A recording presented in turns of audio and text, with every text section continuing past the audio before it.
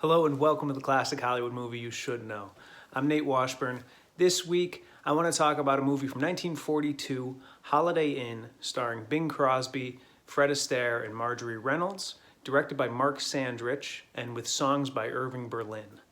Now, I want to start off this clip just by explaining I initially didn't want to do Holiday Inn. It is a classic holiday film. It gets played on Turner Classic Movies. It's part of DVD box sets, and you see it this time of year. And I didn't want to do it because there is a sequence in it, a dance number to a song called Abraham that is in blackface. It's horrifically racist. It's so out of place in this movie. There's also a character named Mamie, played by Louise Beavers. She's sort of like the maid slash cook. And that's like the mammy stereotype that was popular in Hollywood at the time. And so because of like the racist song and dance number and the character of Mamie, part of me didn't want to talk about this, but at the same time, I do want to acknowledge Holiday Inn because again, it gets shown, but just be aware that there are some horribly racist elements in this movie. So the story, Bing Crosby plays Jim Hardy. He is part of a nightclub act with Ted Hanover, played by Fred Astaire, and Lila Dixon, played by Virginia Dale. And right in the beginning, Jim decides that he's going to quit the nightclub act. He wants to retire to a farm in Connecticut, and he figures he'll just be a farmer and live and relax and enjoy his life. He thinks that Lila's going to go with him, but she kind of spurns him right in the beginning. Jim goes to the farm, realizes it's more work than he expected, so he changes it into an inn, which he names the Holiday Inn. And his plan is he's only going to have this inn open on holidays, and it'll be this massive gathering with food, with performances, songs, dancing, all of this stuff, and it'll be this big draw, almost like this nightclub in the country.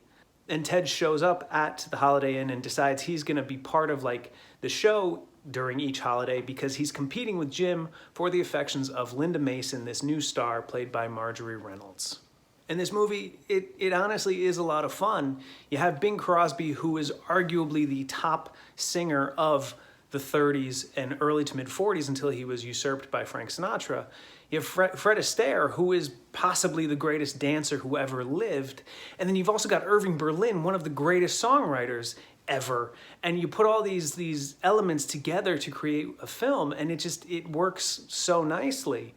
And now the main reason that this movie has survived, it has sort of joined the realm of holiday films that Turner Classic Movies plays all the time, is the songs. This is the movie, again, it came out in 1942, but this is the movie that introduced the song White Christmas to the world. During the beginning, Bing Crosby sings White Christmas to Marjorie Reynolds, and it's a powerful moment. The song is beautiful. And the other huge holiday classic, Christmas classic song that gets introduced is the song Happy Holidays. Happy holidays, happy holidays, may the merry bells keep ringing. That's also from this movie. So you got Happy Holiday and White Christmas from this one movie. And of course, this was a huge hit. Bing Crosby, Fred Astaire, Irving Berlin, a holiday-themed movie. It was one of the top 10 grossing films of 1942. And it won the Oscar for Best Original Song, again for White Christmas. Now a little bit of trivia for you. This movie is where the motel chain Holiday Inn got their name. Also, Holiday Inn was loosely remade in 1954 as White Christmas, also starring Bing Crosby, and they reused the set. The set from Holiday Inn was used as the inn in Vermont that Bing Crosby and Danny Kaye go to in the film White Christmas. And just to show that sort of the racist elements of Holiday Inn, even back then, should have been left on the cutting room floor. When they remade the movie in 1954 as White Christmas, they do a song and dance number, they call it the minstrel number, and they do not do blackface in that. There's also no Mammy character in that. So they knew by 1954 that those elements should be removed.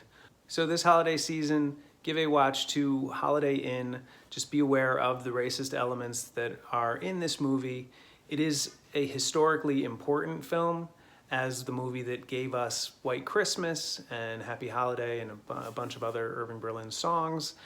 and the namesake of the Holiday Inn motel chain.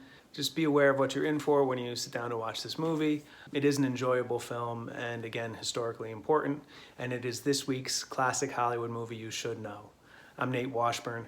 Keep watching.